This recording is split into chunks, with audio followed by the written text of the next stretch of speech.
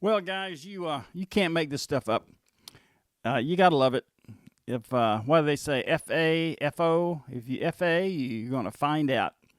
So, anyways, let's see what in LA out at the riots. Let's see what's happening here.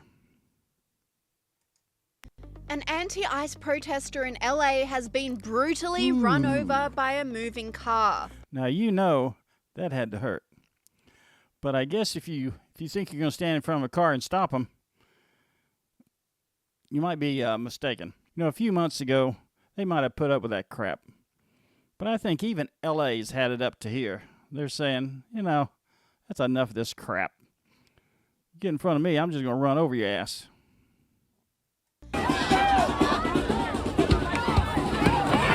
Crunch.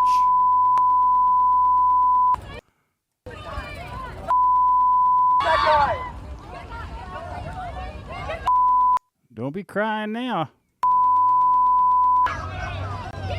Oh, they're sitting there going, oh, how dare she? How can they do that to me? I'm a protester. I should be respected. Yes, the drivers of Los Angeles are fed up after weeks of protests disrupting their commute around the city. Can't imagine why. I mean, you're burning down a beautiful city, throwing rocks at the cops, creating all kinds of havocs. I think you're about to get your butt kicked. They've now resorted to Trump's FAFO strategy, simply ramming the protesters if they refuse to move. This is how they treat the cars in L.A. I think they're kind of like Google cars or like mapping cars. I think they're called Wammos or something. Out of the way. Online commentators blasted the protesters for their selfishness, with this person saying, I'm just going to go on record. You know, it's amazing. I guess there's a psychological condition with rioters where they think they're right. They have the moral high ground and they can do whatever they want to because they're just right. Well, unfortunately, you can only do that crap until people say, nah, we're not going to put up with that anymore. Then we're going to run over your ass. Saying you shouldn't jump in front of moving vehicles. Is saying that controversial? This commentator agreed, saying people are reaching their breaking points. This will only get worse. Yeah, it's funny. At first, Trump was going after him. Now it's the citizens of L.A. going after him. You know, people, for a day or two, it's entertaining. They might even, side with him. But after a while, it gets so inconvenient and irritating, they said, yeah, that's enough of that crap. The incident happened in Chicago over the weekend. There's the red car that's coming in, and you'll see people trying to get out of the way, others standing in front, and others beating the car, trying to slow it down or stop it. And then you'll see the officer right there as it passed. There were officers lined up there, but the car was able to escape and then take off around. I don't know how it is in L.A. Probably in L.A. they arrest you. But in Florida, if you try and stop a car like that, the driver has complete right to run over your ass. He doesn't have to stop. He can go right over you. If he's fearing that he's going to be hurt, just squash. The loop, and ultimately down, we tracked it all the way to Clark and Cicero, where our chopper Skywatch was unable to catch up with it. Cermak, sorry. And at that it was probably a Democrat driving. Point, as we were talking live when this was happening, it is really hard to follow these vehicles. And again in California, where a driver pumped the gas after a group of violent protesters became physical with his car.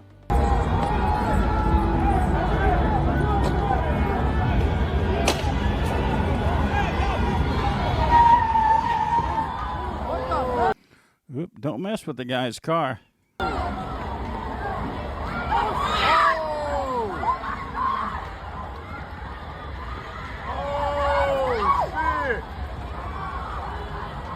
Isn't it ironic? They all run there and they panic and they cry and rip their loincloth and say, oh, how can you? Well, just run over them.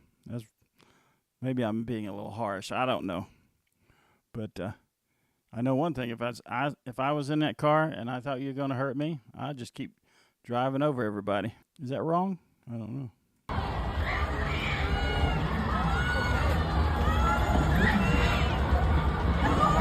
Put it in reverse. Hit the gas.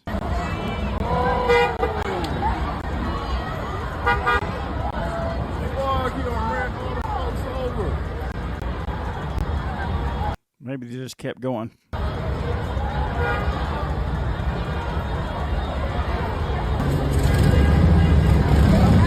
Well, got a good pile of them there. And over in Seattle, a driver rammed through a group of protesters after... You know, these protesters might be getting the idea that just getting in front of cars isn't the smartest thing to do. they surrounded the car.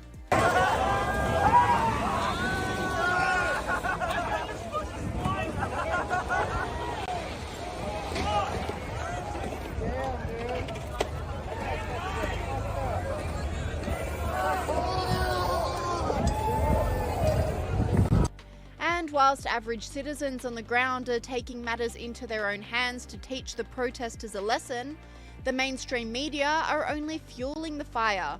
Hit him with the club. By promoting the Oh, sorry. I didn't mean to fuel the fire. protests across the country. Now, the CBS News Network has been called out for promoting the No King's Day protest, seemingly promoting their merchandise on their Twitter feed. You just mentioned the media, but how much responsibility do you think the media bear for the chaos going on in the US right now? Well, you know, at least they're not hiding it anymore. Their rampant bias and blatant partisanship when they're actually just promoting the merch of an anti-Trump protest. It's actually I guess they went corporate. laughable, but at the same time, it's sad because, listen, I consider myself a journalist. The media plays a very important role. And I hate to tell the guy, but if you're with CBS, you're not a journalist. You are a member of a public relations firm, PR firm.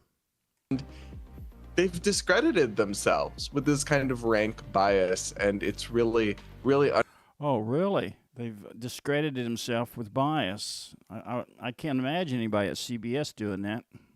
unfortunate that they've chosen to squander their credibility with so much of the American public at the exact time when, you know, when you have a president doing so much. Some of it I agree with, some of it I don't, but Trump is doing so much every day. You need an honest and fair media to report on it. You know, I think the only fair and honest media are a bunch of guys sitting in their homes now, girls too. But all your legacy media, they're so blatantly one way or the other. They're just kind of useless. Nobody tells the truth anymore. Everybody's just promoting what they believe in. But we don't really have that these days, at least not in large part. No, well, when you've got the media stirring things up the way they do and quite often misrepresenting what's going on. We've all heard about the peaceful protests while rioters are going crazy in the background, plus political. This is Sky News out of Australia. I like these guys pretty well. I mean, pretty good. They're right-wingers, but, you know, they seem to tell the truth. Politicians ramping up the rhetoric. It's no wonder there's major problems there. Brad, thanks for joining us tonight. We really appreciate it. And as well as the mainstream media, progressive celebrities joined the disruption, which only encouraged the lunacy further. Remember Kamala and that sham process? We certainly do. And there were plenty of celebrity idiots at these rallies, including the dangerously stupid Mark Ruffalo. The likes of Putin and Netanyahu and Kim Jong-un of the world. Also at the rally were the likes of Susan Sarandon, Julia Louis-Dreyfus, Glenn Close, and the unfunniest man on the planet, Jimmy Kimmel. Sadly, Eva Long. Yeah, poor old Jimmy Kimmel.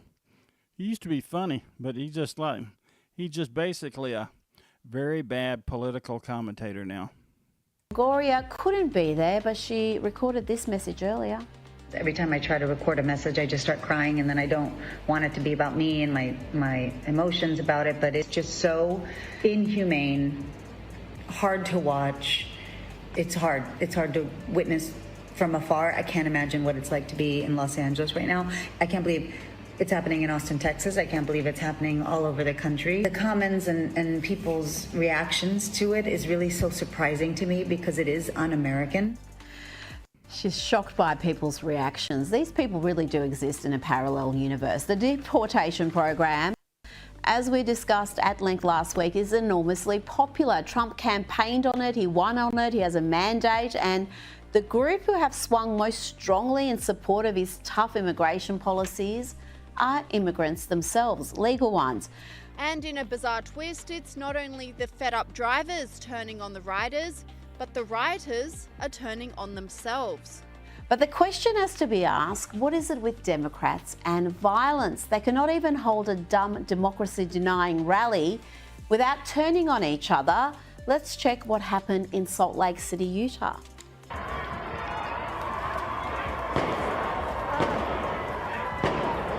Oh my God, that's a gun. That's a gun. Come on. Come on. Get out. Get over here. Run away, they're shooting. Hey, come here.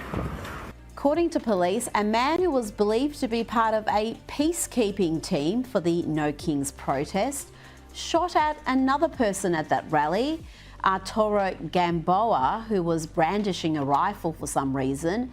And this No Kings peacekeeping team member managed to strike. So this Democratic, this Kings thing, they didn't bring the police because they didn't want the police there. The city didn't want the police there because they thought it would alienate the public. So they created their own like little peacekeeping thing. Well, you know, the number one thing police are taught is don't pull your gun. You know, it's always don't pull your gun. They have a saying, if you pull your gun, you got to use it. And if you use it, you got to kill. And they say all that basically to ingrain in you is don't pull it. You only pull it if you absolutely have to. Well, you know, you hire a bunch of kids or part-time security guards to be your peace people. That's what you're going to get. The guy just pulled a gun and started shooting. It wasn't the bad guy that was shooting. It was the so-called peacekeeping group that was shooting. Ended up killing a bystander. Didn't even hit the guy that they were shooting at. Both the rifleman and an innocent bystander who tragically later died at hospital. So anyways, guys, there you go. That's some of the topics tonight. And you never know where it's going to go. So you might agree with me. You might not agree with me. If you do, leave it in comments. If you disagree with me, leave it in the comments. And if you could hit subscribe or like, I sure would appreciate it. We'll see you.